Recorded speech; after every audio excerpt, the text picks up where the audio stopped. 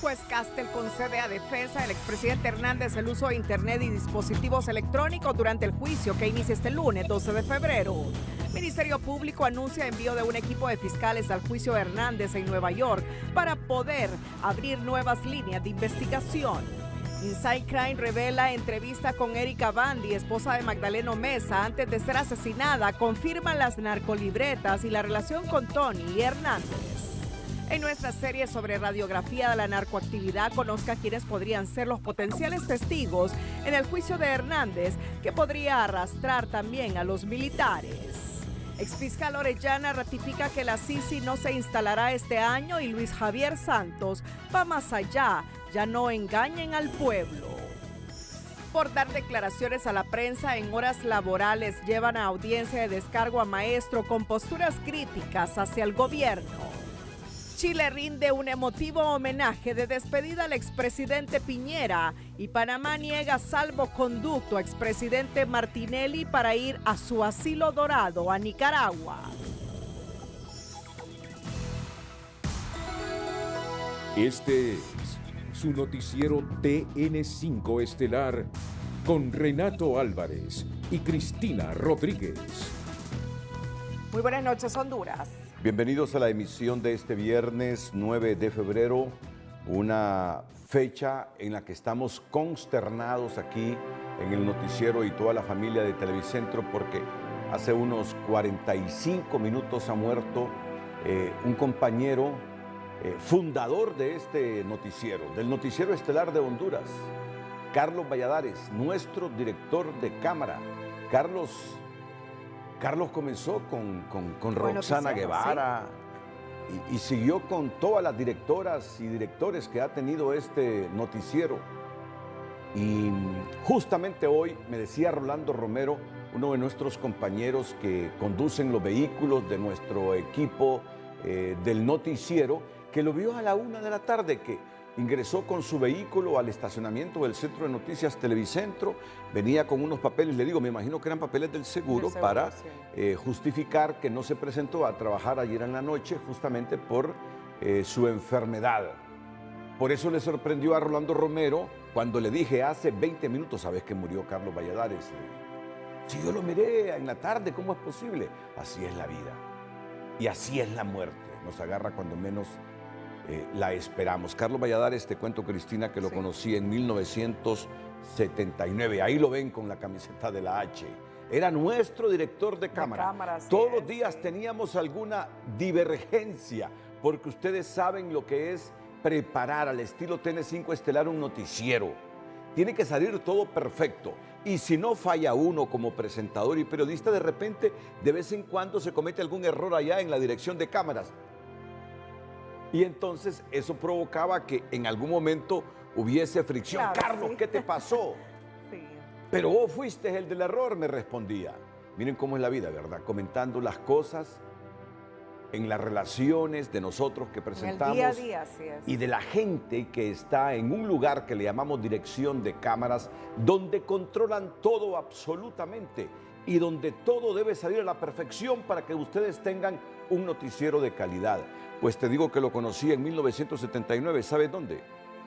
En los camerinos del Estadio Nacional, en el Portón Azul. Él en ese momento trabajaba en HRN, era asistente de técnicos y alaba los cables en los días de transmisiones deportivas. Me imagino que se los alaba a Yofo Hernández, porque siempre me hablaba de Yofo Hernández, y ahí lo conocí, porque ese año yo ingresé a trabajar en Radio América. Hace ya 44, 45 años que conocí a Carlos Valladares y justamente de eso conversábamos frecuentemente aquí. Pues él ha fallecido hoy. Yo tengo muy buenas anécdotas de él, los regaños también. Eso te iba a decir, Cuando yo inicié en el noticiero, me recuerdo que estuve con él en la dirección de cámara viendo cómo se realizaba el noticiero. Y mire, y aún estando aquí sentado, siempre me regañaba. Me dice, Cristina, tenés que hacer esto. Y yo realmente lamento y mi solidaridad para su familia, porque es un momento duro. Y conociéndote, sé que te nace del alma. Claro, que te nace del alma. Totalmente. Porque donde ven a Cristina es una mujer humilde, muy humilde. Acepta los regaños. Claro, bueno, ya va a sacar un libro de De los regaños de Renato. De todas las discrepancias que hemos tenido, que es natural en un trabajo como este, pero lo que nos importa en este momento es hacerle un homenaje póstumo a este gran compañero. Sí. ¿Y saben qué? Esta fotografía, déjenme... ese es Carlos Valladares, a la derecha de su pantalla. Con todo el equipo arriba en producción, Isaí, el rotulador, los compañeros. Esa es la función. Ahí está la dirección de cámara del Centro de Noticias Televicentro. Sí. Y ahí está con la camiseta de la Selección Nacional de Honduras. ¿En cuántas transmisiones deportivas de Televicentro participó? ¿En cuántas transmisiones de elecciones, de eventos especiales? ¿En cuántos noticieros de TN5 participó? Si es director de cámaras... Si no me equivoco, director de cámaras, bueno, es que desde los tiempos de la fundación del noticiero. Y Carrasquito, que es el que dirige el audio actualmente. Ahí está, en la dirección de cámaras. Ahí, el de camisa cuadriculada, aquí con la camiseta de la Selección Nacional Catracha. ¿Saben qué? Él, Carlos, con Carrasquito, es parte de la historia de nuestra empresa. Como no hacerle un homenaje póstumo a este trabajador por años de Emisoras Unidas y Televicentro, por años. Y yo les estoy hablando cuando lo conocí a Carlos, que alaba cables en el estadio de hace aproximadamente 44, 45 años, que es lo que yo tengo de trabajar. Ahí ya conocí a Carlos. Así que sentimos mucho la muerte. ¿Saben qué? Otra cosa, ¿saben qué digo yo? Hace 3 días le pedí disculpas. Porque en eso de los roces, de los choques, porque algo falla en el noticiero, le reclamé y me preguntó, ¿me estás culpando a mí? Sí, a ti te culpo, le digo. Pero tú estás de testigo que al siguiente día, como a esta hora, Carlos, ayer me exalté, le digo. Ayer me exalté y discúlpame. Es la coyuntura, es el estrés, es la adrenalina, le digo. Del noticiero. Es la adrenalina. Vos sabés que yo cuando me excedo con un compañero le pido disculpas. Máxime, si en mi autocrítica, si me doy cuenta que yo tengo la culpa, le digo, del reclamo, si yo reclamé de manera falsa porque no entendía todo lo que pasó, no te preocupes, me dice. Nos conocemos desde hace muchos años. Y aquí sucedió delante de todos nosotros. Así que a Junior, porque Junior Valladares fue editor de TN5 por décadas también, su hijo. Por eso decíamos, ese binomio, Junior y Carlos Valladares, pero eran lindas personas, eran lindas. Bueno, Junior no ha muerto, su papá es el que ha muerto hoy. Así que ahí está Carlos en el centro, con compañeros nuestros de Televicentro, de la dirección de cámaras, equipo técnico. Esa es la dirección de cámara donde está prácticamente el cerebro, el control de esta transmisión. Ahí lo vemos, gran deportista. Por eso les digo, cuando lo miro con la camiseta de la selección, digo, si él es parte de Televicentro porque participó en todas las transmisiones de cualquier naturaleza, política, deportiva, sociales de Televicentro. Así que nuestro homenaje póstumo a Carlitos Valladares. Mira que se nos fue el primer segmento, pero ¿qué la noticia con la vida? Y es la vida de un compañero, Así que me permiten ir a la primera pausa comercial porque ni siquiera hemos presentado la noticia del día, pero estas son las cosas que importan en la vida al final. Así es. El amor, el afecto, la solidaridad. Todo Televicentro, y cuando digo todo Televicentro, es que es todo Televicentro, y todo Televicentro son propietarios, todo Televicentro personal, todo Televicentro es todos los 450 empleados que formamos parte de esta gran compañía, rindiéndole un homenaje póstumo a Carlos Valladares y nuestra solidaridad con su familia.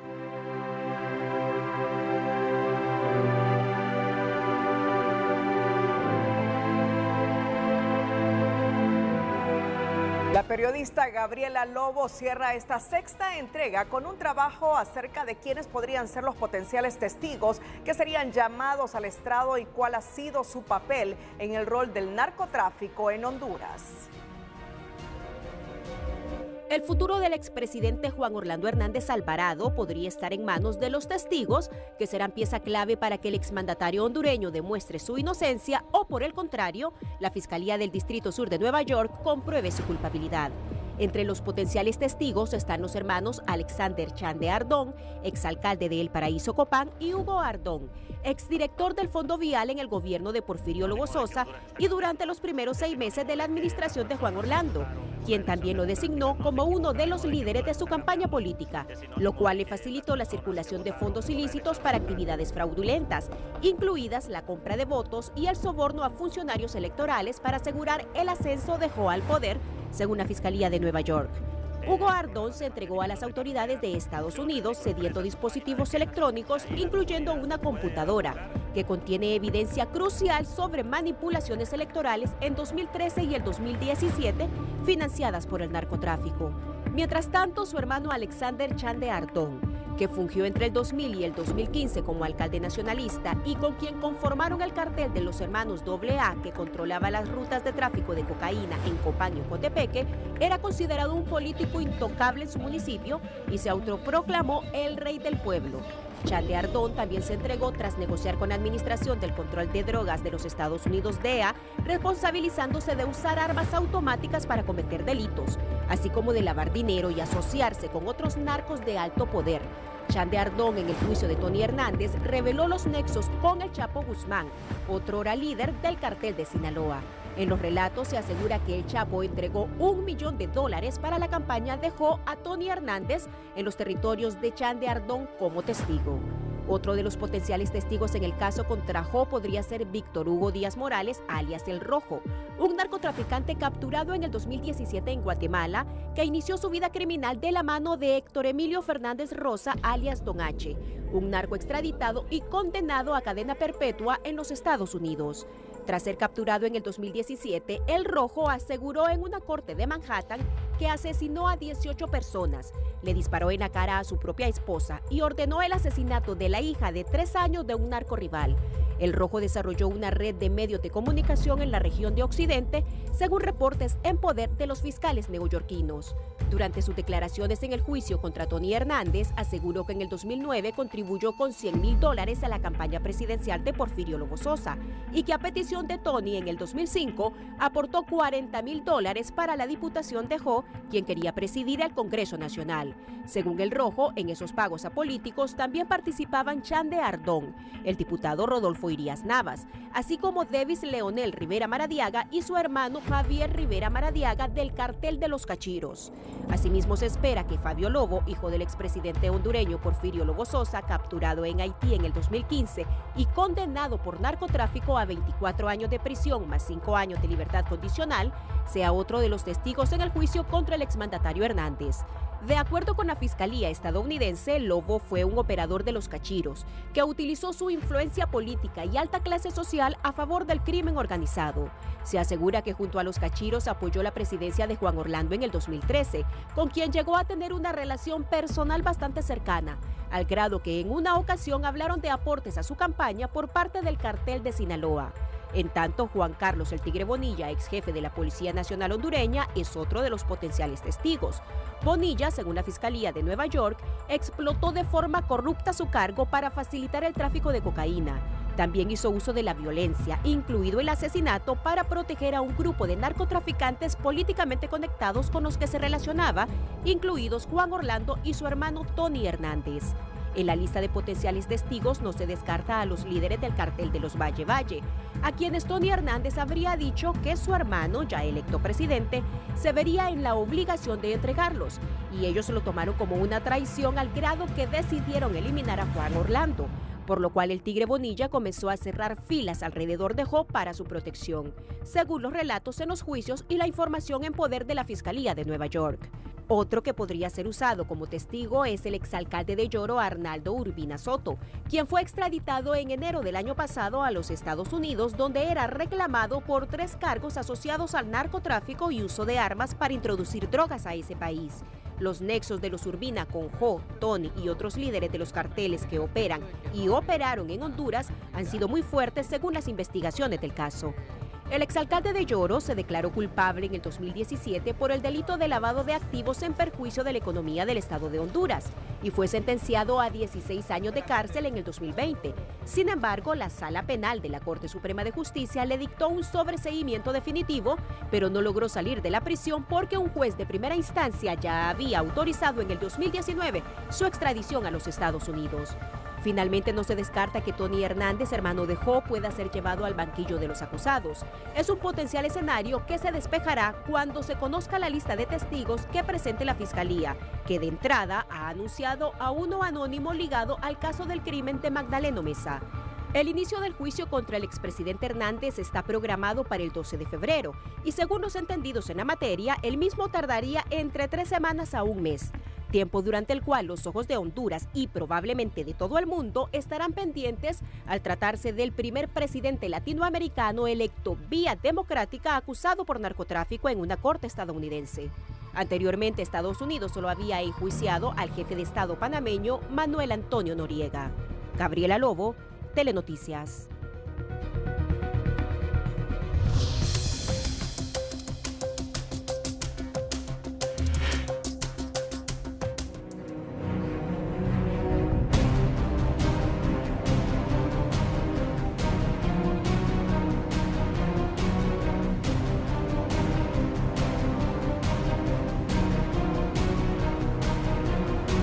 La defensa del expresidente Juan Orlando Hernández tendrá el apoyo de 2 abogados más de la misma firma que preside Renato Estabil en el juicio que arrancará el próximo 12 de febrero a las 8:30 de la mañana, hora hondureña. Además, podrá hacer uso de 3 laptops, 7 discos duros externos y 3 aparatos de internet, luego que este viernes solicitaran al juez Kevin Castell a través de un correo que la defensa del expresidente Hernández pudiera llevar dispositivos electrónicos al tribunal. La solicitud consistió en una laptop, 5 discos duros externos que usará el abogado Renato Estabil, mientras que el asistente legal Faya Onin pidió la utilización de un teléfono, una computadora portátil y un hotspot 11 DAI. Asimismo, la asistente legal Nina Alameno solicitó en la misiva que le permitan ingresar su teléfono, su computadora portátil y un hotspot. Mira, este es un juicio con una expectativa enorme. Enorme. No digo que en Estados Unidos, en América Latina,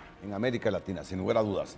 El Ministerio Público informó este viernes que se ha conformado un equipo de fiscales que estará en las audiencias del Tribunal Federal, donde se desarrollará el juicio del expresidente Hernández, que comenzará el próximo 12 de febrero, para que inmediatamente se vayan dando los detalles a las autoridades superiores de la Fiscalía, de manera que se pueda dar alta prioridad a nuevas investigaciones o ampliar las líneas ya existentes en torno a casos de criminalidad organizada y narcotráfico. El equipo ya fue juramentado y estará conformado por miembros de la Fiscalía General, Fiscalía Especial contra el Crimen Organizado, la Unidad de Apoyo a la Depuración Policial y la Dirección de Lucha contra el Narcotráfico.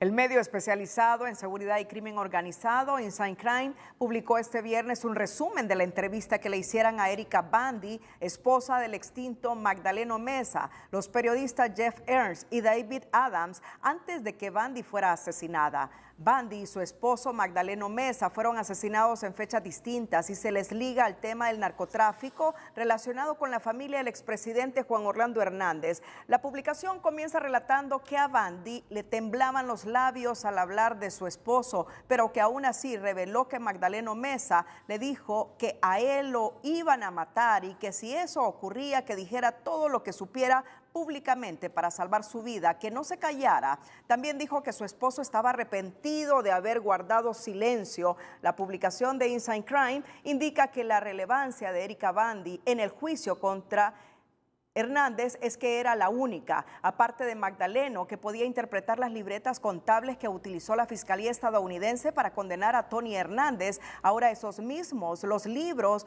volverán a presentarse como prueba en el juicio por narcotráfico contra el presidente Juan Orlando Hernández. Bandy expresó en la entrevista que Magdaleno Mesa le había dicho que el presidente de Honduras, Juan Orlando Hernández, lo iba a matar por sus vínculos con su hermano y que tenía las pruebas. Bandy continuó diciendo que el nombre de Tony, que aparece en numerosas entradas de los libros de drogas, corresponde al exdiputado Tony Hernández y que las iniciales JO corresponden al expresidente Juan Orlando Hernández y que los libros contables no eran la única prueba, que habían más que ella sabía y conocía. El reportaje cuenta que poco después de la entrevista con Erika Bandy, su abogado les mostró dos fotos. La primera era una foto de Hernández fuera de una casa que según Bandy era de ella y Magdaleno Mesa. La segunda era una foto de un aparente ladrillo de cocaína estampado con las iniciales TH. Bandy y otras personas cercanas a la pareja dijeron a Inside Crime que aún había más pruebas, incluidas más fotos y más libros de contabilidad. En el reportaje se detalla cómo Tony Hernández hizo amistad con Magdaleno Mesa, así como otro hermano de ellos identificado como Amílcar Hernández. Relata de los caballos que les regaló Tony Hernández y de un reloj Rolex de $20,000 que le había enviado Hernández a Mesa para su cumpleaños, el cual Bandy presume que habría sido una trampa para ubicarlos porque días después cayeron en una redada de la policía y luego en cárcel de la que nunca Magdaleno Mesa salió. El juicio contra el expresidente Hernández en Nueva York debe ser la punta de lanza para iniciar en el país una depuración de todas las instituciones del Estado para recuperar su confianza y credibilidad, como lo propone la Conferencia Episcopal de Honduras. Estiman los analistas al indicar que el caso del exgobernante tomará su curso en Nueva York, pero aquí en el país hay que impulsar reformas y cambios para cerrar el paso a la narcoactividad y lucha contra la corrupción. El juicio el próximo lunes del expresidente Juan Orlando Hernández, acusado por narcotráfico en una corte federal en Nueva York, solo es la punta del iceberg y el problema en el país es más profundo, reflexionó el portavoz de la Conferencia Episcopal, Juan Ángel López. Evidente, el expresidente está siendo juzgado, pero es la punta del iceberg, porque la realidad es mucho más profunda y ustedes lo saben y yo lo sé. O sea, él sirve ahorita como muestra de un botón, pero el saco tiene muchos más botones. Y mientras en Honduras no se quite esa cultura del dinero fácil y se siga manteniendo las cosas lideradas por el narcotráfico o por el crimen organizado, la cosa no va a cambiar. Esa reflexión es de ponerle atención, considera este analista, quien deja claro que el rumbo del juicio en Nueva York, sea cual sea el resultado, no cambiará la situación en el país y que todo dependerá de las acciones y el compromiso que se adquiera dentro del territorio nacional. En el país fortalecer los aparatos de interdicción y crear un verdadero sistema. De nada sirve que la policía capture si los fiscales no hacen buenos requerimientos o los jueces los ponen en libertad o en los centros penales ellos manejan un autogobierno. Tiene que integrarse un consejo que vertebre todos los aparatos de interdicción y de represión. Pero este exfiscal general del Estado se va de frente y aseguran que mientras en el país no se dé una depuración verdadera en la policía, en las Fuerzas Armadas, en el Poder Judicial y en el Ministerio Público, la situación será la misma, por lo que es importante dar ese paso para recuperar la institucionalidad. Porque aquí no creció el narcotráfico como creció, si no es con el apoyo de la policía, de las Fuerzas Armadas, del Poder Judicial, del Ministerio Público y de los políticos. Todos participaron, tanto así que los tribunales de Estados Unidos dicen que Juan Orlando Hernández puso a disposición del narcotráfico el Estado de Honduras. El juicio del expresidente Hernández hasta este viernes se mantiene para el próximo lunes 12 de febrero a partir de las 9:30 de la mañana en una corte federal en Nueva York. Mario Landa, Telenoticias. Cuando regresemos de la pausa, la Comisión Internacional contra la Corrupción e Impunidad en Honduras, CICI, tampoco vendrá en el 2024. ¿Quién dice esto? ¿Sabe quién lo dice? El exfiscal del Estado y exsecretario de Transparencia, Edmundo Orellana Mercado. ¿Y quién más? Lo dice Luis Javier Santos, el fiscal coordinador de la UFER. Atentos a esta noticia. El El Colegio de Abogados de Honduras reconoció este viernes la trayectoria de 3 distinguidos profesionales del derecho que destacan por su beligerante lucha en contra de la corrupción e impunidad. Se trata del exfiscal general Edmundo Orellana, la directora ejecutiva del CNA, Gabriela Castellanos, y el jefe de la UFERCO, Luis Javier Santos.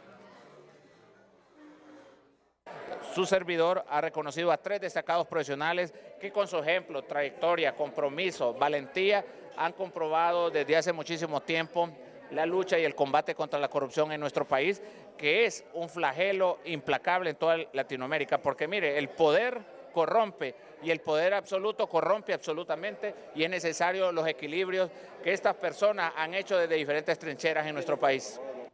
Los reconocimientos se otorgaron en el marco del 108 aniversario del órgano gremial.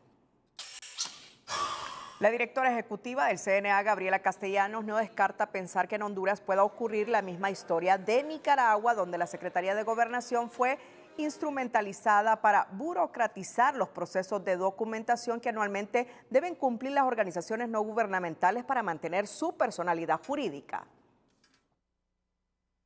¿Y por qué no pensarlo de esa manera? Cuando vemos a funcionarios y a servidores públicos en donde cada vez que mencionamos un informe con la responsabilidad suficiente, vienen los ataques un poco más viscerales, no solamente en redes, sino pues ahogarnos en papeles, en procedimientos que nosotros como CNA los tenemos bastante claros. Castellanos reveló que el jueves se presentaron a la Dirección de Asociación Civiles adscrita a la Secretaría de Gobernación, pues les llamó la atención que después de presentar un informe de desempeño legislativo, esa entidad estatal saliera manifestando que al CNA todavía le faltaba cumplir con ciertos requisitos que asegura entregarán antes de la fecha límite a finales de febrero, esperando que los servidores públicos hagan bien su trabajo. El exsecretario de Transparencia y Lucha contra la Corrupción, Edmundo Orellana, afirmó este viernes que el compromiso de la presidenta Castro para instalar la CICI sigue intacto, pero reconoce que la llegada de un eventual mecanismo anticorrupción tampoco podrá hacerse realidad en este 2024. Ellos van a firmar el convenio. El asunto es que para que venga la CICI con los poderes que les quieren atribuir, se necesita una reforma constitucional, y esa reforma tiene que hacerse este año para que tenga vigencia el próximo año, con la ratificación del próximo año. Por ende, la CICI este año no va a venir. De venir sería el próximo año. De venir sería el próximo año.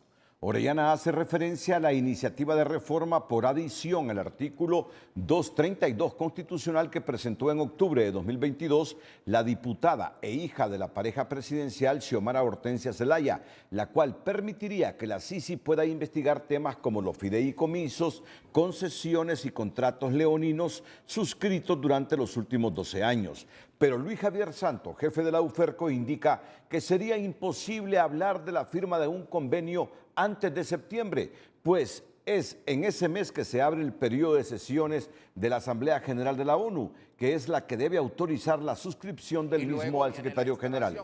Por lo que yo afirmo y sigo diciendo que al menos en esta administración actual de gobierno va a ser muy difícil que se instale una misión internacional en el país.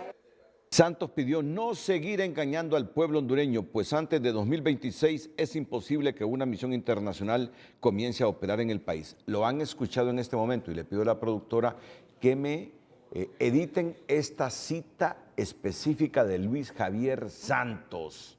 La CICI en este periodo presidencial no vendrá, lo dice el fiscal coordinador de la UFERCO. El fiscal interino Joel Zelaya dijo que están evaluando la información de casos sobre corrupción en las distintas fiscalías para armar próximos requerimientos, además de una reestructuración a lo interno del Ministerio Público para hacerlo más eficiente, última que podría apuntar a fusionar a la UFERCO, pero el fiscal Luis Javier Santos no cree que ello pase por considerar que sería un error sacrificar esa unidad especializada en redes de corrupción. La lucha contra la corrupción e impunidad no cesará, afirmó el fiscal general interino al señalar que recopilan información de las diferentes unidades fiscales del Ministerio Público con el fin de preparar nuevos requerimientos, aclarando que no se pretende darle persecución a nadie de forma personal. Seguimos investigando muchos actos de corrupción y en su momento, pues, cuando estén preparados los requerimientos fiscales, el pueblo lo sabrá y presentaremos requerimientos fiscales con mucha objetividad. En el periodo interino de Zelaya también suena con fuerza la reestructuración de las diferentes unidades fiscales, que serían analizadas en base a su desempeño para determinar cuáles de ellas merecen continuar y cuáles deben ser fusionadas, figurando en el horizonte el futuro de la UFERCO. El fiscal general tiene plenas facultades para realizar las modificaciones que considere necesarias, pero hasta ahora el jefe de la UFERCO afirma que no ha visto intenciones de cerrar su unidad. No obstante, tiene claro que sería un error sacrificarla, pues los resultados hablan por sí solos. En una institución lo que está funcionando, no creo que se esté pensando en cerrarse. Lo que se debería estar pensando es en fortalecer unidades como esta. UFERCO merece que la doten de mayor presupuesto, indicó Santos, pero esa es la triste realidad que enfrenta el Ministerio Público. Incluso el fiscal adjunto se quejó recientemente por la falta de personal para empujar importantes líneas de investigación. Y se necesita fortalecer la institucionalidad, y más cuando se habla del órgano persecutor del Estado, expresó la directora del CNA, quien espera que las eventuales reestructuraciones que ejecuten los fiscales interinos no obedezcan a intereses político-partidarios.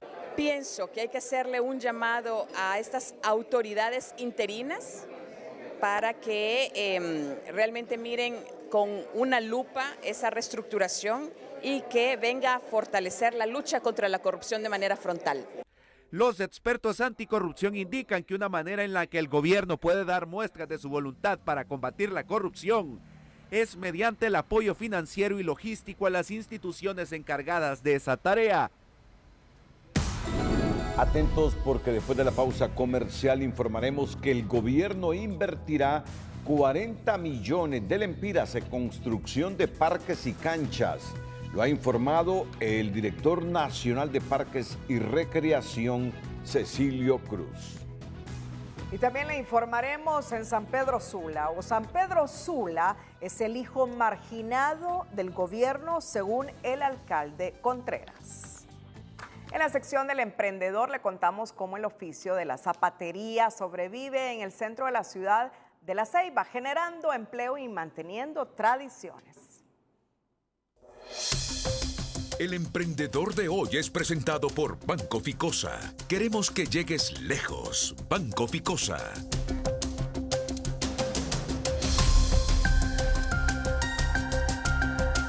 La Clínica del Calzado Ceibeño se ha convertido en un claro ejemplo de perseverancia y superación, un emprendimiento que beneficia a muchas familias de la localidad. El comienzo de nosotros fue desde el año 1998. Actualmente tenemos 25 años, iniciamos 2 meses antes del MISH. Y créanme que si volvemos atrás, no ha sido nada fácil, pero Dios nos ha tenido muy bendecidos y hemos podido crecer, hemos podido generar empleo, que es lo importante. Y aquí estamos luchando. Actualmente la demanda se ha convertido en algo positivo para estos emprendedores que con satisfacción aseguran que han ganado el corazón de mucha clientela de diferentes sectores del litoral atlántico del país.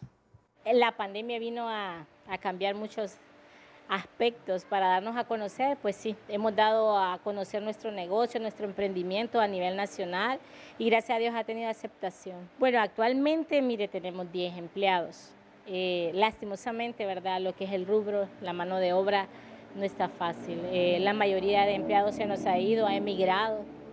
Para apoyar a estos emprendedores puedes buscarlos a través de las redes como la Clínica del Calzado Ceibeño o buscarlos en el barrio del Centro, donde están listos para atenderles muy amablemente. En La Ceiba, Nahum Monge, Telenoticias.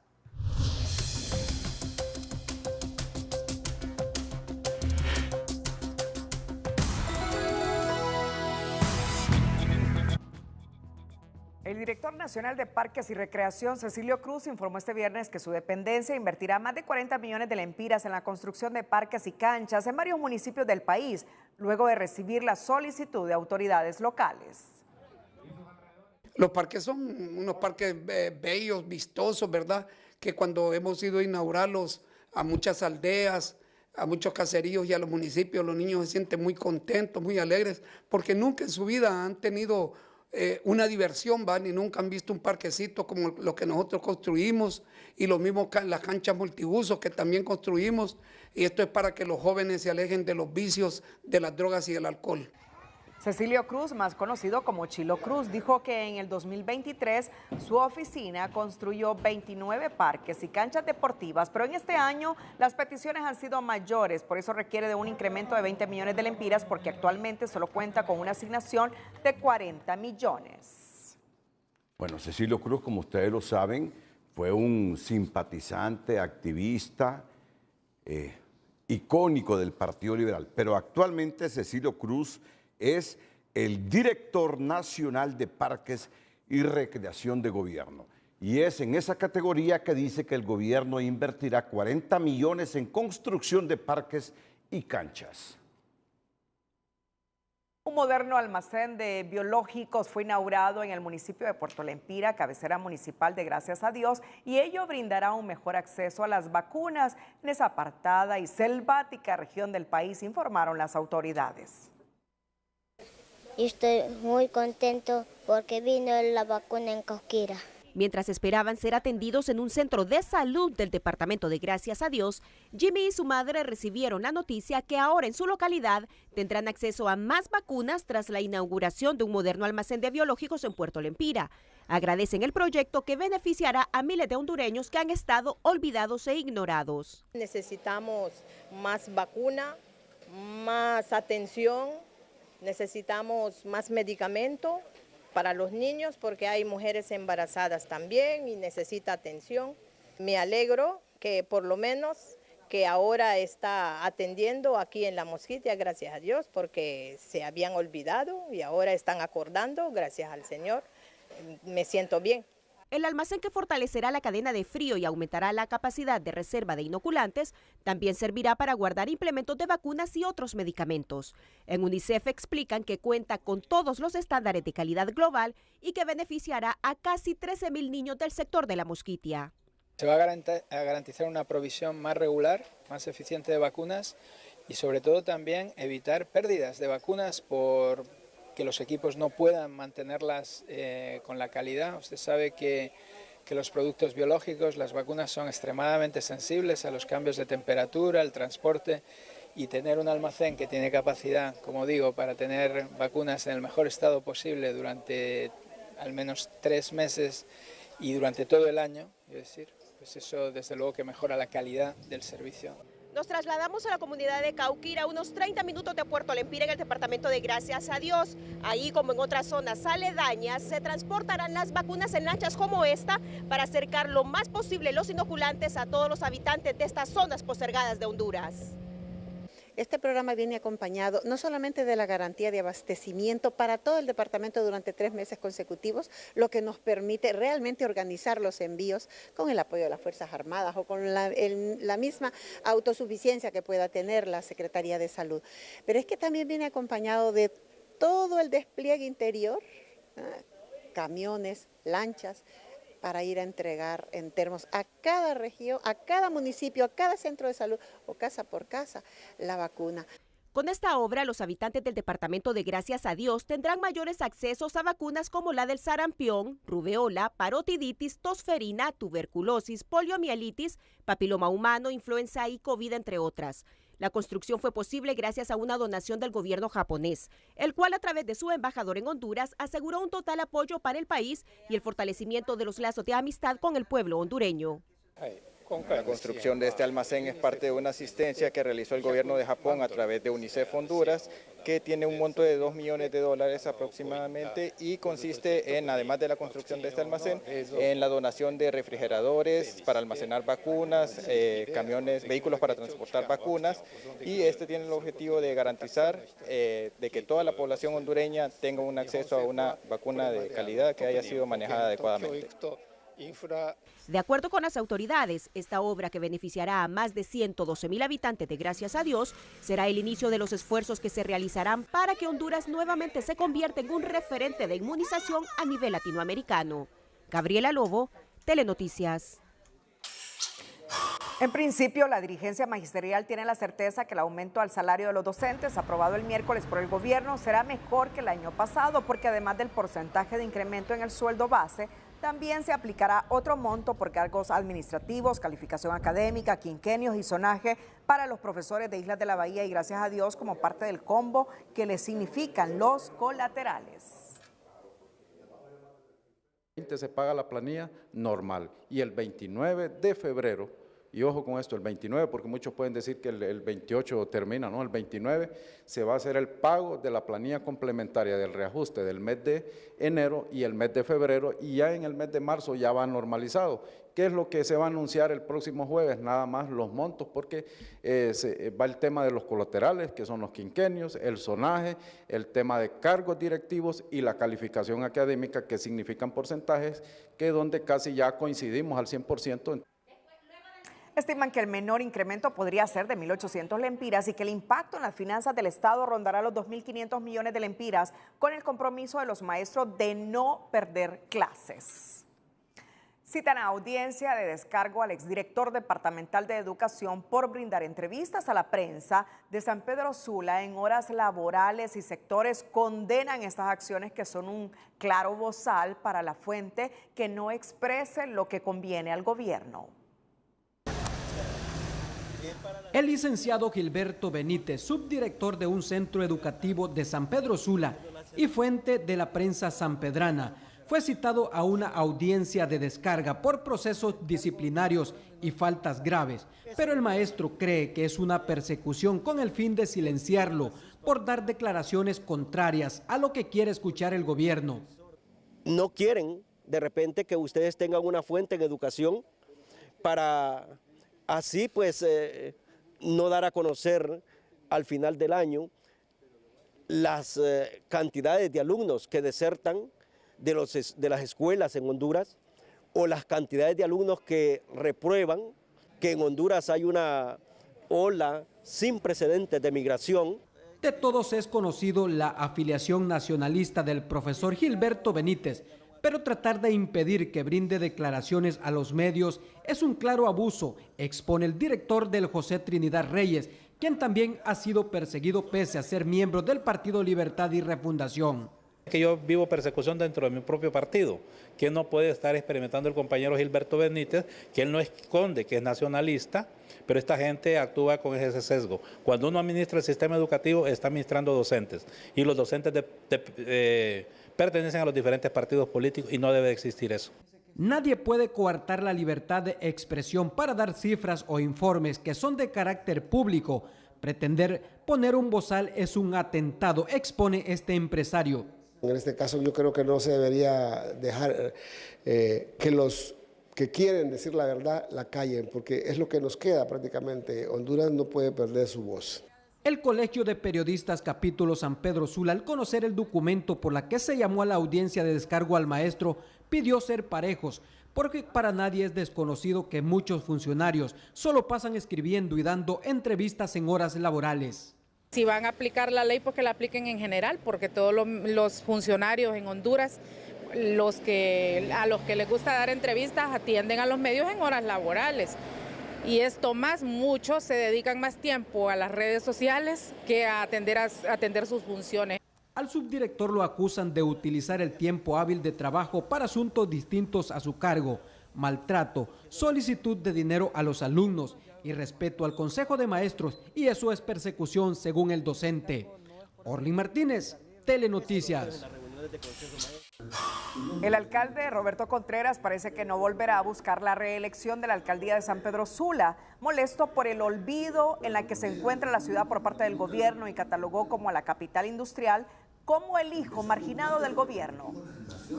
Una reelección mía le haría mucho daño a San Pedro Sula, porque como tenemos un gobierno antagónico en Tegucigalpa y yo no me voy a reelegir por ningún partido político, entonces volveríamos a lo mismo, prácticamente tener un gobierno en Tegucigalpa que margina a San Pedro Sula, pretendiendo hacerle daño a Roberto Contreras, cuando a quien le hace daño es a San Pedro Sula. No tenemos alumbrado público, no se pagan las transferencias y prácticamente San Pedro Sula está marginada. Pero la gobernadora política desmintió esas aseveraciones del alcalde Roberto Contreras y asegura que las transferencias del gobierno están llegando de acuerdo a las reglas del juego. vicepresidenta Xiomara y todo su gabinete han estado disponibles para don Roberto. El que ha estado cerrado, incluso hasta para una reunión, ha sido él. Lo decía, un caso tan importante que para mí eso tiene un sentimiento fuerte por la gente que se le impacta, es Caminos Productivos. 2023, San Pedro Sula de todo mi departamento fue el que no hizo proyectos porque él por capricho no los quiso presentar. El alcalde Roberto Contreras se describió como una luciérnaga y cuestionó el accionar del vicealcalde que sin presentarse a trabajar a su oficina, su salario siempre ha sido pagado a tiempo. El alcalde de la capital, Jorge Aldana, presentó este viernes el plan de inversión de 600 millones de lempiras en infraestructura para este año en el municipio del Distrito Central. Venimos a presentar todo el plan de inversión de este año 2024, que incluye de obras pequeñas, medianas y grandes, que van a generar cambios importantes en la vida de la capital y queremos socializar con ellos porque, claro, de esta inversión viene generación de empleo, son inversiones que se realizan a través de empresas hondureñas aquí en la capital. Entre los grandes proyectos, el edil destacó la construcción de 4 carriles en la salida a Valle de Ángeles y en Lepaterique, además de la reconstrucción del Parque Central para mejorar el casco histórico, mientras los empresarios le solicitaron al alcalde la simplificación del trámite para permiso de operación. Daniel Fortín, presidente de la Cámara de Comercio e Industrias de Tegucigalpa, pidió al alcalde la apertura de una oficina municipal en las instalaciones de la CCIT con el fin de apoyar a sus afiliados. El Minuto Financiero es presentado por Credi Elga Catracho de Cooperativa Elga, la cooperativa de Honduras. Cooperativa Elga. El coordinador del Observatorio Económico de la Universidad Nacional Autónoma de Honduras, Sergio Cepeda, explicó que los créditos contratados en los últimos días son importantes para mejorar la infraestructura del país, pero indicó que el gobierno debe controlar y reducir el gasto corriente en la burocracia de las diferentes instituciones públicas para evitar ese endeudamiento. Un punto importante a considerar, y nosotros desde la Universidad Nacional Autónoma de Honduras hemos hecho mención en reiteradas ocasiones de que es labor del gobierno racionalizar el gasto corriente y enfocarlo precisamente en aquellas áreas prioritarias del país y que permitan de una u otra manera lograr mejores resultados. Según Cepeda, en los últimos años se ha mantenido el nivel de deuda y el gobierno continuará evitando contratar préstamos que sean para gasto improductivo. Asimismo, evitar un sobreendeudamiento que sea alarmante e insostenible para las finanzas públicas.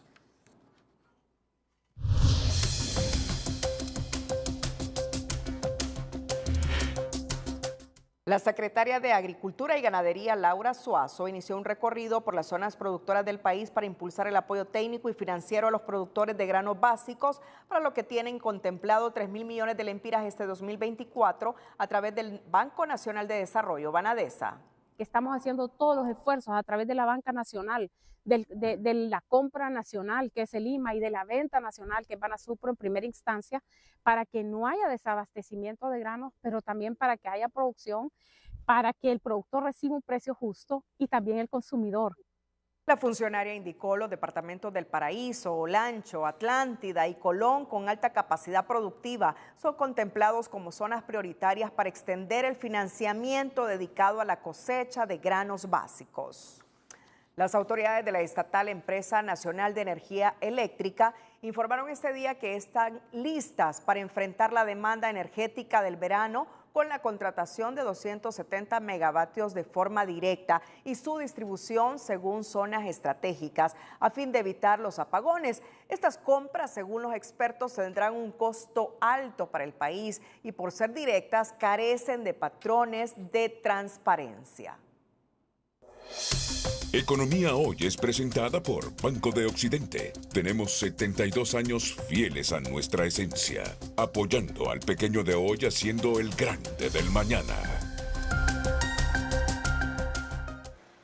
En el más fresco informe del Foro Económico Mundial, el mayor riesgo de Honduras para el 2024 es la escasez del suministro de energía, una versión que no comparten las autoridades interinas de la ENE, que aseguran tener a la mano la solución para enfrentar la demanda de este verano. Van a ingresar este año 270 megas ya para mayo y el otro año deben ingresar otros 200 megas.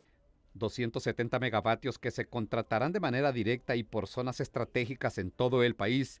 40 megavatios para Atlántida y Colón, 20 para Olancho, 20 para Copán y 20 para Intibucá, así como 150 megas para el departamento de Cortés.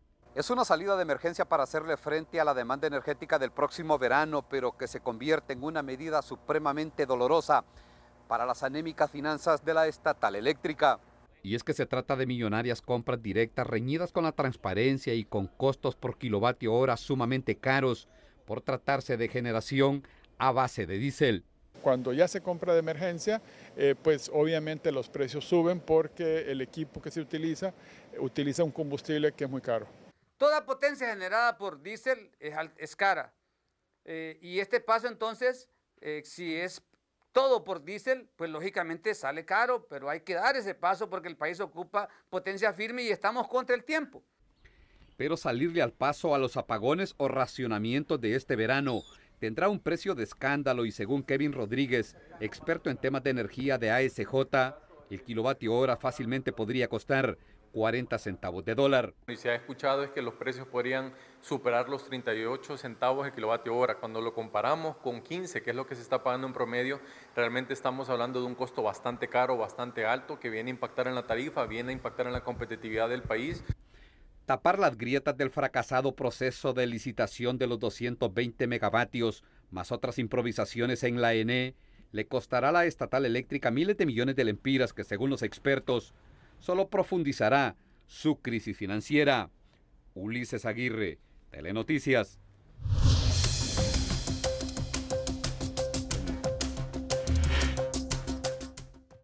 En este momento se desarrollan las elecciones en el Colegio Médico. ¿Quién será el próximo presidente o la presidenta del Colegio Médico? Carlos Llanes nos tiene un anticipo desde un sector de la capital donde se desarrollan las elecciones. Carlos. Así es, licenciado Renato, muy buenas noches también al pueblo hondureño. Como usted lo ha adelantado, en este momento pues continúa el proceso de elección para elegir a las nuevas autoridades del Colegio Médico de Honduras y en este momento pues ya están en la etapa del escrutinio, del conteo de votos que entiendo pues está bastante atrasado, tomando en cuenta de que va el 17% apenas del escrutinio, al menos en el sistema digital que están presentando en este momento. Son el escrutinio de San Pedro Sula y también de Tegucigalpa, pero que cubre pues a los médicos a nivel nacional, que tengo entendido son 12,000 los habilitados de los 21,000 médicos que hay en el país. Los movimientos pues son 4, representados por Homer Mejía, la doctora Melissa Mejía, el doctor Samuel Santos y el doctor Roberto Cosenza. Son 2 centros electorales los más importantes, podríamos decir, en cuanto a la cantidad de participantes, que uno es Tegucigalpa y el otro San Pedro Sula. En San Pedro Sula pues hay un epicentro en este momento en cuanto a esta actividad, porque allá será la asamblea en la cual se va a juramentar a la nueva junta directiva que se espera que dentro de un par de horas pues ya se pueda tener claridad quién va a ser el nuevo presidente y el resto de miembros de la junta directiva. La doctora Elga Corina, ella pues termina ya su periodo este día, ya desde el momento pues que se empezó el escrutinio, ella ya dejaría de ser la presidenta del Colegio Médico de Honduras y mañana se conocerá o se va a juramentar ya al nuevo representante, que todavía se desconoce quién puede ser porque falta la mayoría de los votos o de las mesas de ser escrutadas para poder pues tener ya una tendencia clara de quién podría ser el nuevo representante, el nuevo presidente del Colegio Médico de Honduras. Esto es lo que podemos informar a esta hora de la noche, pero pendientes porque a medida avance esto pues van generando más datos y los daremos a conocer al pueblo hondureño, sobre todo pues al gremio de médicos que están muy interesados o muy pendientes de este proceso de elección en el Colegio Médico de Honduras. Mientras tanto, Renato, Cristina, regreso con ustedes al estudio. Bueno, Carlitos, sí, nos gustaría saber en esos gráficos que vemos quién lleva la delantera en este momento. Muy bien, bueno, aquí hay alguien del comité. Doctora, por favor, vamos a ver para que nos ayude a entender un poco, de acuerdo a los gráficos, cuál es el movimiento que lleva la delantera en este momento. Básicamente está muy cerca el movimiento de la doctora Melissa con el del doctor Samuel Santos. Ellos están muy cerca en cuanto al número. La cosa es que solo se ha escrutado el 17% de las mesas electorales. Entonces falta mucho que escrutar, pero esa es la tendencia ahorita. Sí, el de color verde, que es la mayoría, pertenece o corresponde a quién del movimiento. A la doctora Melissa Mejía. Perfecto, bueno, que la doctora Melissa y también el doctor Samuel Santos son, entiendo, oficialistas porque son parte de la Junta Directiva en ese momento. En este momento forman parte de la Junta Directiva. Sí, muy bien. Bueno, ya escuchamos, la doctora Melissa Mejía está pues en la delantera, le seguiría el doctor Samuel Santos, de acuerdo a las gráficas que estamos observando en este momento en esta pantalla, de acuerdo a este escrutinio. Cristina, ¿de nuevo con usted? O sea, en el primer lugar está la doctora Melissa Mejía y en el segundo lugar está el doctor Samuel Santos. No, es la misma fórmula. ¿O es la misma fórmula, Carlitos? En el segundo lugar, ¿quién está? No, son movimientos diferentes. La doctora, son 4 movimientos en total. La doctora Melissa Mejía pertenece a un movimiento, el doctor Samuel Santos a otro movimiento que entendemos sería en segundo lugar. Pues en el tercer lugar, de acuerdo a la gráfica que estamos viendo en la de presidentes, ¿a quién observa? El doctor Cosenza. El doctor Cosenza en tercer lugar y en cuarto lugar sería el doctor Homer Mejía. Cristina y Renato, de nuevo con ustedes. Gracias al periodista Carlos Llanes. Lo queríamos saber, Renato, así es. En otra información, en educación financiera, te ofrecemos consejos útiles a considerar al acercarse el Día de los Enamorados, el 14 de febrero, y el regalo que piensa dar acorde a tu presupuesto. Educación financiera es presentada por Banpaís. Regresan las clases y las compras de los útiles escolares. Divídelo todo a 0% interés con tus tarjetas de crédito Banpaís.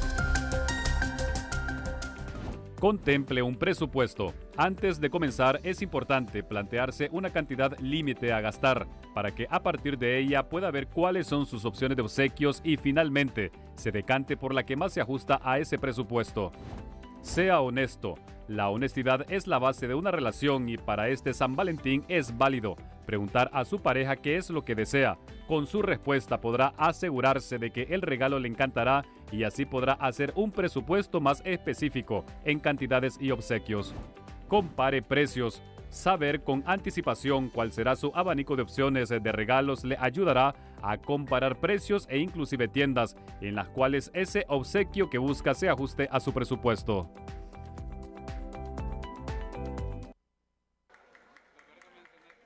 El apoyo de Banpaís al arte hondureño permitió que el Instituto Hondureño de Cultura Interamericana celebrara a lo grande su aniversario de fundación número 85, con la exposición de artes visuales y la participación de 85 artistas nacionales e internacionales en el Museo para la Identidad Nacional. Reunidos aquí en el MIN, que se ha vuelto en un escaparate sin igual de talento, precisamente para cuidar de la memoria colectiva y proyectar el valor del patrimonio artístico de Honduras. Banpaís, de forma colaborativa, siendo consistente y eficaz, busca promover y potenciar la función educativa que tienen las artes en nuestra comunidad.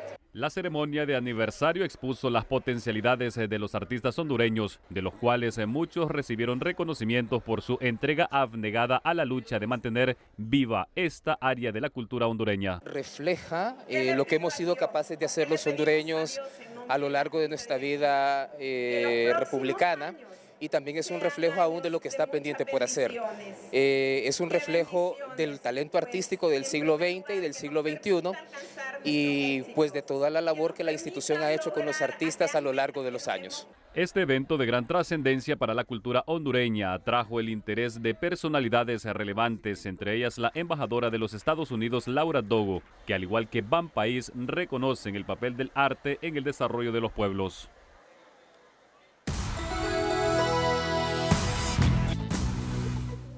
Con la presencia de diputados y representantes de la sociedad civil, el Fondo Canadá para Iniciativas Locales socializó este día algunas iniciativas de ley que se podrían discutir en la Cámara Legislativa, como el permiso de licencia de paternidad para que los hombres se incorporen a cuidar de sus hijos en el periodo de lactancia. Asimismo, una cuota de participación activa de los jóvenes en los procesos electorales.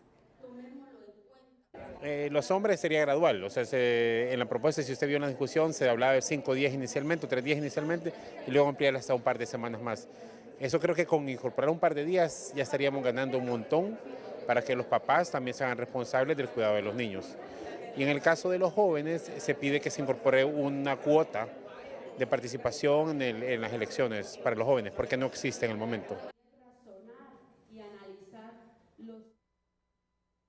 El conflicto en la Secretaría de Derechos Humanos sigue escalando al anunciar los empleados en protesta que acudirán a las centrales obreras para obtener su apoyo, así como efectuar denuncias ante instancias internacionales luego de conocerse que el mediador nombrado por el gobierno, Ricardo Salgado, ya no hará esa función. A 23 días de protestas y luego que trascendió la no mediación del ministro de Planificación Ricardo Salgado en el conflicto que mantienen los empleados de la Secretaría de Derechos Humanos, ahora estos anuncian más medidas de presión y no descartan acercamientos con dirigentes de las centrales obreras para que se les unan a sus reclamos, a la vez que advierten que de no ser escuchados elevarán sus denuncias a instancias internacionales. De derechos humanos, sindicatos, de todos, de los sindicatos, del CEMPE, de la CUT, de todos esos sindicatos vamos a empezar a llevarle pronunciamiento que qué ha pasado con esto que no nos han escuchado. Ante esta crisis, el Comisionado Nacional de los Derechos Humanos, CONADE, advirtió del riesgo de desprotección que podrían enfrentar los defensores de derechos humanos, periodistas, comunicadores sociales y operadores de justicia debido a la falta de atención a los problemas laborales que mantienen inhabilitado a esta Secretaría. Recordemos que la Secretaría depende del mecanismo de protección que le da medidas de protección a los funcionarios públicos también, que son periodistas, comunicadores sociales, defensores de derechos humanos. En caso de que no se adopten las soluciones oportunas, el Estado está en un grave peligro de correr la responsabilidad internacional por no adoptar las medidas oportunas. Por su parte, la directora de la Asociación por la Democracia y los Derechos Humanos, Dina Mesa, la arremetió contra la titular de la Secretaría de Derechos Humanos, Natalie Roque, a quien señaló de haber convertido dicho organismo en el reino del terror con mandaderos en algunos entes gubernamentales. La Secretaría de Derechos Humanos, no, eso es el reino del terror. Dejó de ser una Secretaría de Derechos Humanos porque se tergiversó su misión y visión, lo que la ley dice de esta institución, y ahora es el reino del terror. Y es que al parecer unas 70 denuncias por el supuesto abuso individuales, colectivos y despidos injustificados, el comisionado de los derechos humanos ha recibido por parte de empleados de la Secretaría de Derechos Humanos desde que en el año 2022 fue nombrada en el cargo la ministra Natalie Roque. Eric Mairena, Telenoticias. La situación de los privados de libertad sigue mostrando el rostro de la inequidad. Cerca de 2.000 reclusos sin posibilidades de salir un día de la prisión porque carecen de un defensor público y no pueden pagarse un privado, haciendo que sus casos duerman el sueño de los justos porque nadie los mueve y ello violenta también sus derechos humanos, denuncian y opinan expertos. Trasciende que más de 1.200 privados de libertad no cuentan con la oportunidad de defensa que permita continuar su proceso. Y algunos de los causales sería por la falta de dinero para pagar un defensor privado o por la carencia de defensores públicos, de acuerdo con lo expresado por la comisionada del Comité Nacional de Prevención contra la Tortura y otros tratos crueles, inhumanos y degradantes CONAPREV, Evelyn Escoto. Esos 1.200 privados de libertad que carecen de representación legal, es necesario compartir con toda la sociedad que desde el CONAPREV hemos elevado, ¿verdad?, esa queja.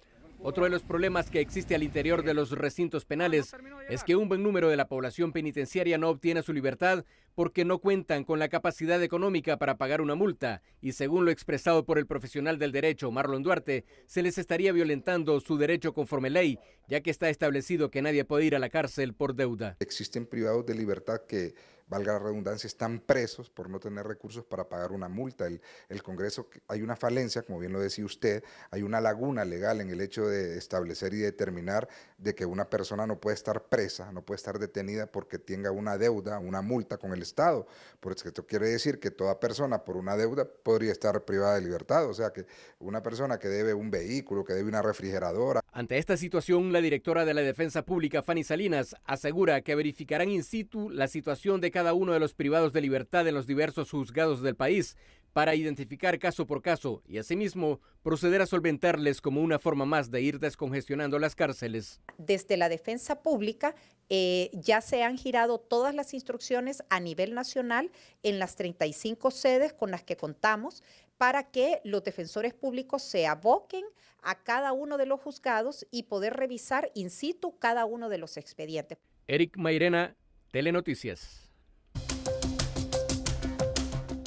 Hola, ¿qué tal? Inicio presentándoles imágenes impactantes de lo que ha pasado en Jamaica, como que si fuese un tsunami, el mar penetró tierra adentro y pues ahí, como ustedes ven, varias comunidades pues siendo impactadas, inundadas repentinamente. Así entró con esa agresividad por los vientos sencillamente que están soplando sobre ese sector. Mientras, temperaturas de menos 48 grados en algunas regiones de Rusia, así como lo escuchó, cómo se puede vivir con temperaturas de menos 48, mientras en otras partes el calor es extremo, aquí es un frío extremo. A propósito de frío, el próximo martes 13 estaremos recibiendo un frente frío que dejará lluvias en la región norte de nuestro país y algunos leves descensos en las temperaturas. Es una colita de frente frío que, tal como lo vemos, tendrá su impacto en el noroccidente, principalmente en cuanto a precipitación. ¿Qué pasa para este fin de semana?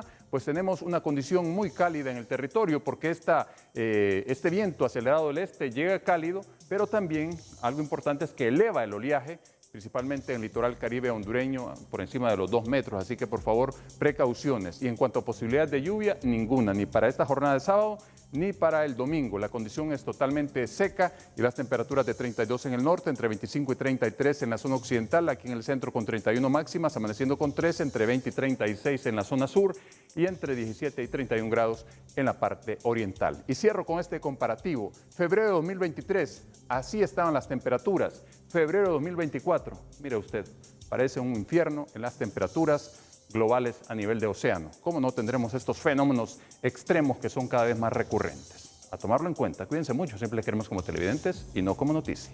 Que la pasen bien. Audiencia de declaración de imputado, el juzgado con jurisdicción nacional en materia de criminalidad organizada y corrupción dictó este día detención judicial en contra de 2 hombres y una mujer acusados por la muerte de 19 privados de libertad que guardaban prisión en la cárcel de Siria ubicada en El Porvenir, Francisco Morazán. El juzgado con jurisdicción nacional en materia de criminalidad organizada y corrupción este día celebró audiencia de declaración de imputado y dictó detención judicial a los ciudadanos Xavier Alexander Cerrato, quien ya guarda prisión por otro delito, asimismo también a Carlos Esaú Aranda López y Ángela María Bonilla. Los 3 por suponer los responsables de asesinato en perjuicio de 19 privados de libertad, hechos registrados el 22 de diciembre del año 2022 en la cárcel de Siria, municipio del Porvenir, Francisco Morazán. Estos ciudadanos quedaron con detención judicial y la audiencia inicial se programó para el próximo miércoles 14 de febrero. Este lamentable hecho se registró el 22 de diciembre del 2022, luego que un recluso atacó con cuchillo a otro encarcelado en el comedor del centro penitenciario. Este ataque generó una riña entre 2 grupos pandilleros, lo que desembocó en la muerte de casi una veintena de privados de libertad, por lo que ahora son procesados criminalmente las personas en mención. El problema de la emisión de licencias de conducir continúa golpeando a la Dirección Nacional de Vialidad y Transporte, pues otra vez se quedó sin poder imprimirla por falta de material y porque se arruinaron las máquinas, teniendo que emitir una versión digital para los usuarios que llegan a solicitarla. La situación es que se le está realizando una serie de mantenimiento a las máquinas de impresión, ya que estábamos imprimiendo 700, 800 permisos de conducir diarios de toda la cantidad de ciudadanos que venían a solicitar el trámite. Y es por ello que ahora se ha determinado esta medida de hacer el proceso de manera digital. No obstante, las autorizaciones para una licencia digital están tardando hasta un mes, lo que ha empezado a generar incomodidad entre los conductores que acuden a diario a renovar o solicitar una licencia de conducir.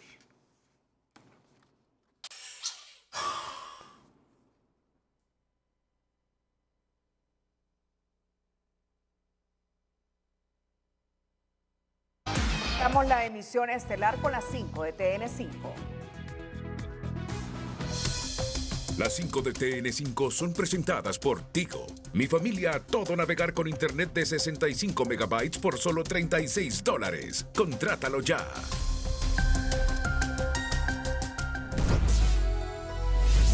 Juez Castel concede a defensa del expresidente Juan Orlando Hernández el uso de Internet y dispositivos electrónicos durante el juicio que inicia este lunes 12 de febrero. Ministerio Público anuncia envío de un equipo de fiscales al juicio de Ho en Nueva York para poder abrir nuevas líneas de investigación. En nuestra serie sobre radiografía de la narcoactividad, le presentamos quiénes podrían ser los potenciales testigos en el juicio de Ho. Exfiscal Orellana ratifica que la CICI no se instalará este año y Luis Javier Santos va más allá. Ya no engañen al pueblo, dice. Chile rinde un emotivo homenaje de despedida al expresidente Piñera y Panamá niega el salvoconducto a expresidente Martinelli para ir a su asilo dorado a Nicaragua.